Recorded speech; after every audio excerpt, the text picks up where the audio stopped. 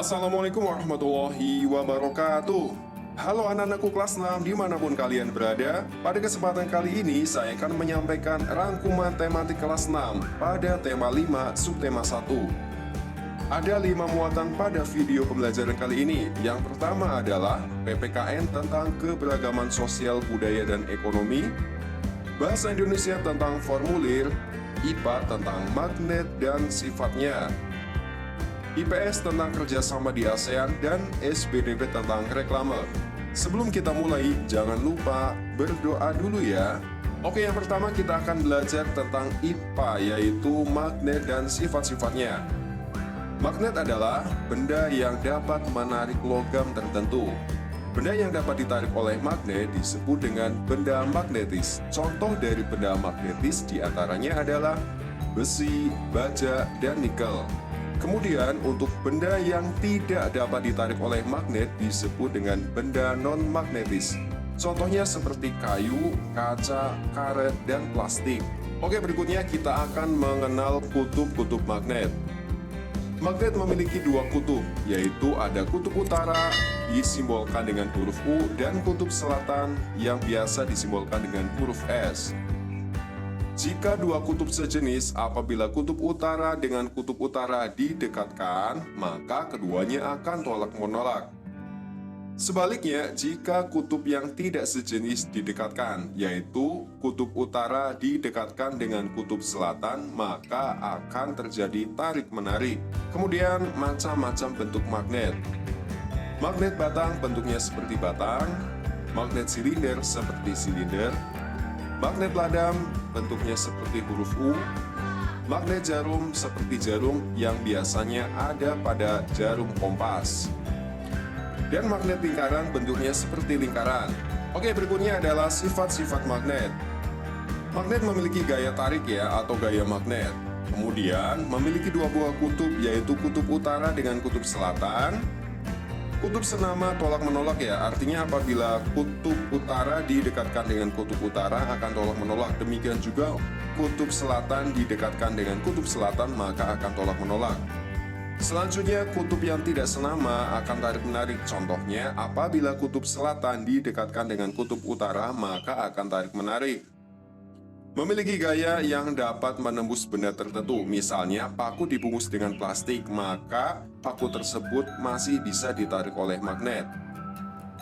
Kemudian, magnet dapat menarik benda-benda tertentu seperti tadi besi, baja, dan nikel. Oke, selanjutnya kita masuk pada pelajaran bahasa Indonesia tentang formulir.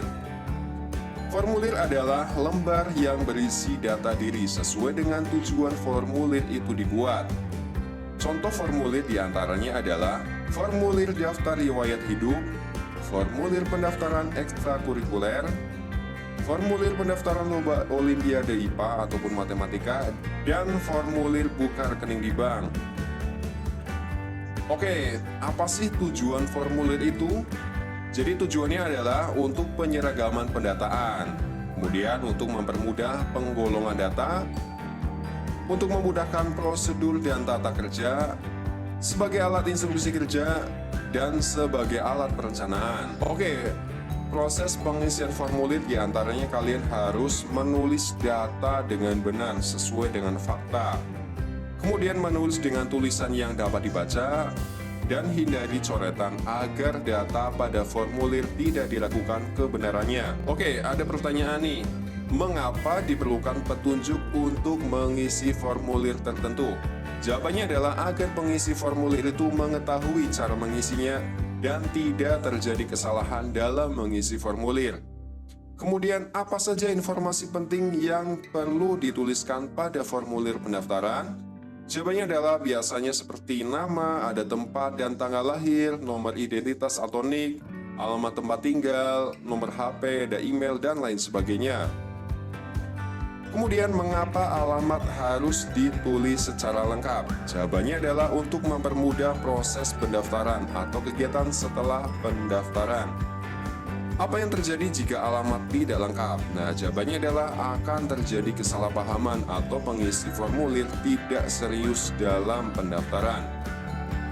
Mengapa kita perlu menuliskan kode pos pada formulir pada bagian alamat? Nah, Nah, jawabannya adalah untuk mempermudah proses pengiriman surat. Oke, berikutnya kita akan belajar pada materi IPS yaitu posisi dan peran Indonesia di bidang ekonomi dalam lingkup ASEAN. Yang pertama adalah melakukan promosi-promosi dalam bidang pariwisata dan perdagangan. Kemudian yang kedua ada menyediakan cadangan pangan. Dan yang ketiga adalah menyelenggarakan proyek industri. Oke, kerjasama negara ASEAN diantaranya adalah SEA Games. Nah, ajang SEA Games ini adalah pesta olahraga antar negara-negara di kawasan Asia Tenggara. Kompetisi tingkat regional ini telah diselenggarakan sejak dekade 60-an.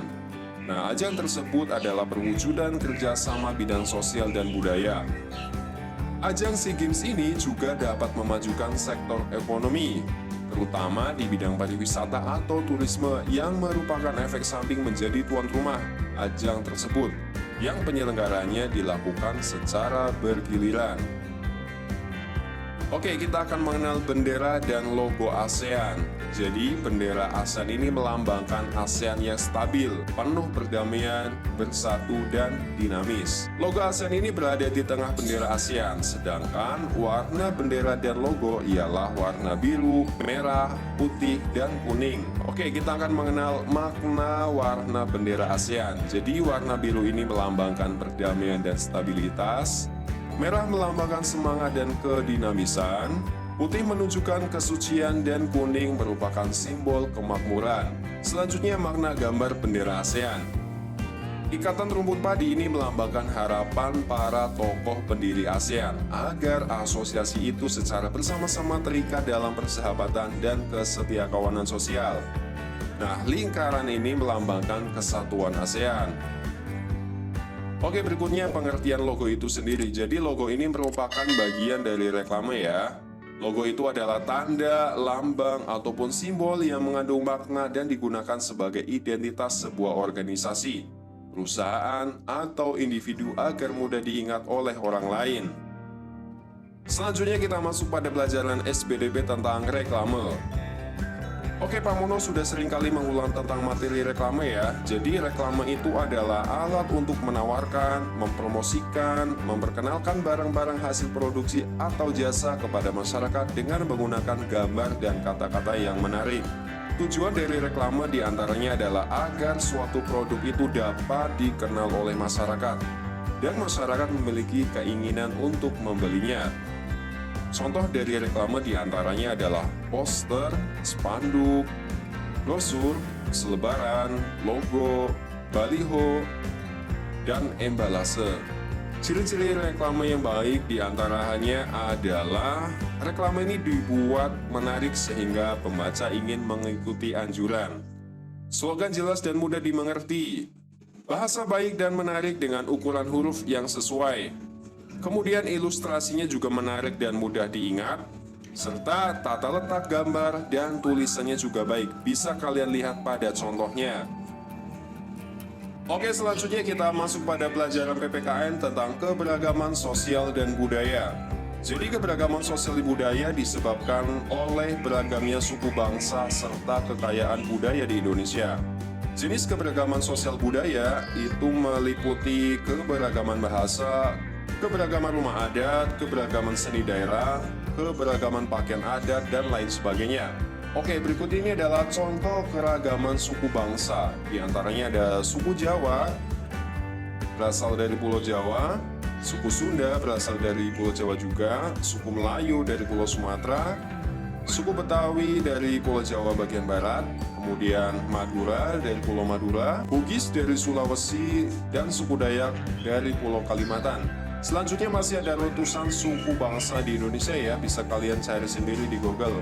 Oke, berikut ini adalah contoh keragaman bahasa. Di antaranya ada bahasa Jawa yang biasa digunakan di Jawa Tengah dan Jawa Timur, bahasa Sunda di Jawa Barat, bahasa Madura di Pulau Madura, bahasa Betawi di DKI Jakarta, bahasa Batak di Sumatera Utara.